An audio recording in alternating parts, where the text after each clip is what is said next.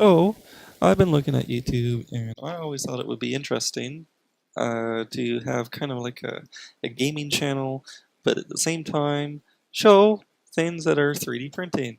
So, guess what? I have a 3D printer and I have a game. So, we're going to combine them. And while I'm playing the games and talking to you fellas, we're going to be working on some 3D prints together. So, for today, what do I have? Let me just turn this on so everyone can see it. Let me do this. Yes, we will be printing Squirtle today. Now, Squirtle isn't too big here. He's only 11 grams, but it will take about an hour. And I'm obviously not going to make a video an hour long. So what's going to happen is we're going to work for a couple of minutes on the city while we're printing. And then we're going to break for 20 minutes. And then, well, I'm going to break for 20 minutes. You're going to stay there, hopefully. And I'm going to cut back and you're going to see an update of the 3D print. We're going to work on the city some more. We'll cut one final time and come back. We'll finish up what we're doing on the city. I'll show you how the 3D print has turned out. And yeah, that will be our videos, and that's how I hope to kind of work it. And I think this is going to be a whole lot of fun. So I'm going to quickly just set up here and we'll start 3D printing. Alright, so we've started 3D printing here. I'm just going to verify that the brim is printing correctly before we start our city planning. Yeah, that looks pretty tight. Yeah, that's looking pretty damn good. So that's good. So hopefully Squirtle will turn out pretty decent. And let's flip over to our game. Okay, so kind of what I wanted to do. Let's first take a quick look at the city. This is St. Merlin. It's kind of a silly name because my cat is named Merlin and I didn't, that's kind of where I got the inspiration from. I didn't really know what to call it, so I was like, okay, I know what I'm going to call it now. So yeah. Anyways, so I started out here is my city. That's my entrance. I thought it was pretty cool. This is an awesome mod here. Well, I guess that's not a mod. That's more of an addition. Uh, Someone went to a lot of trouble to make it, and I love it. Um, you can see that it's kind of a mess, the city. This is what I'd like to do with you guys regarding cities, Skylines. That's the game that we're playing. Um, I don't like the way that this is kind of matured. The highway is a mess, as you can see. I think I really need to do some work, maybe even just straightening this out. I was using a mod at one point. I'm not going to hide that. The mod, unfortunately, I didn't really know how to use it, so I kind of have a giant crater right here, but that's for another day, I think. We had a couple of areas. This was the area I started with, and I expanded it here. This used to be all industry, but I phased that out. This is brand new. Um, this was my oil industry, as you can see from here, but I've mined it all out, so I turned everything into forestry. And I have my garbage stuff over here, and this is brand new. This was supposed to be more of an agricultural area, but with City Skylines, I really loved the game, but I was kind of disappointed in how the farming turned out. I really miss I think it was SimCity 3000, 3000 Unlimited, how you just have big fields of like wheat or corn and whatnot. And I was really hoping we would have something like that, but that's just not the way the game is built. But this will have to make do. When my industrial demand was dropping, I kind of changed it to residential and commercial and started expanding my office space. I'd like to develop this at some point in the office. And I have a couple of train stations, but as you can see, it's kind of a mess. Traffic's okay, but I have a bunch of spaghetti intersections everywhere. That's what I call them. These are all spaghetti intersections. And I have to work on, if anyone has any advice, that'd be great. I just don't know how to approach these, and usually when I get frustrated, this is kind of what it ends up being. So yeah, anyways, back to the script. Let's take a look. Since it's my first video, I'm going to have to kind of do this on my own, but what I really like to do in future videos is kind of have suggestions in the comments and where to develop, and that's kind of what I want to start doing. I want to start developing based on where you guys think I should develop. I really want to incorporate your ideas into the city and make it awesome. So I'm going to kind of go on a creative tangent here and make some new roads and kind of pre-plan a residential new commercial area. In future videos, I'd really love some input because I'd really like to start sharing an experience here with city building because I've never done that before and I'd just love to try. Looks like I just drew that line there.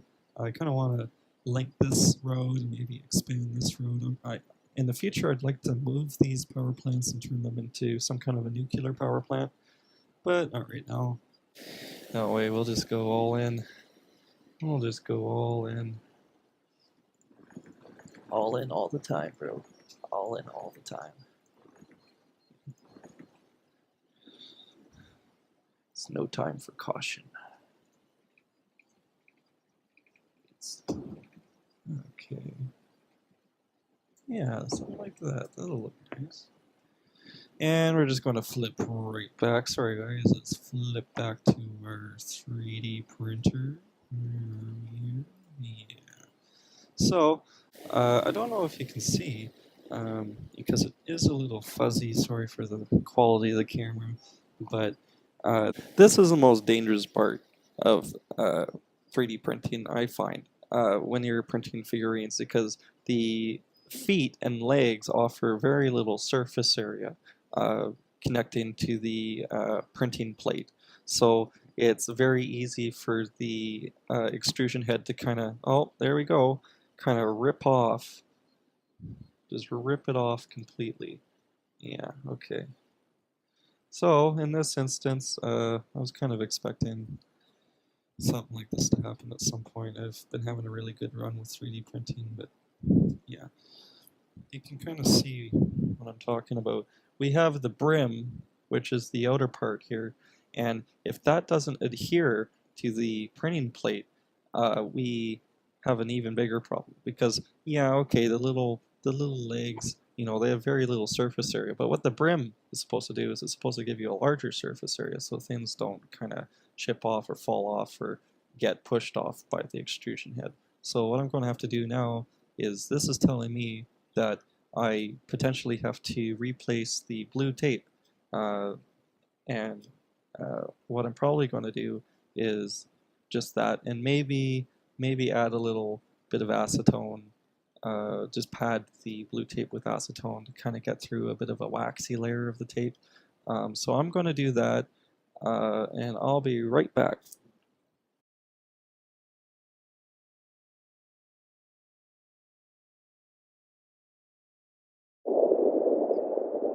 Okay, fellas, so I have some bad news.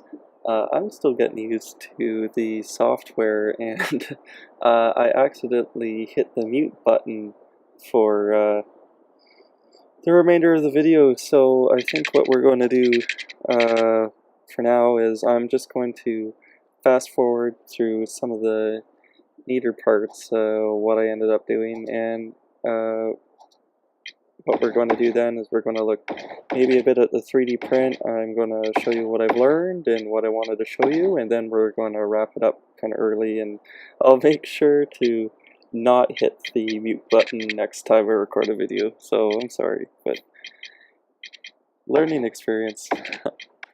After making this really nice looking neighborhood, I noticed that on the printer, when I went to check it,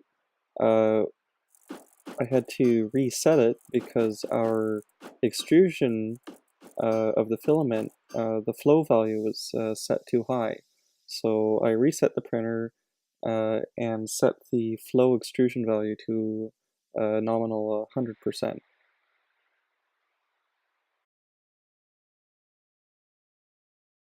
At this point in the video, I made the observation that this set of intersections were absolutely atrocious for traffic.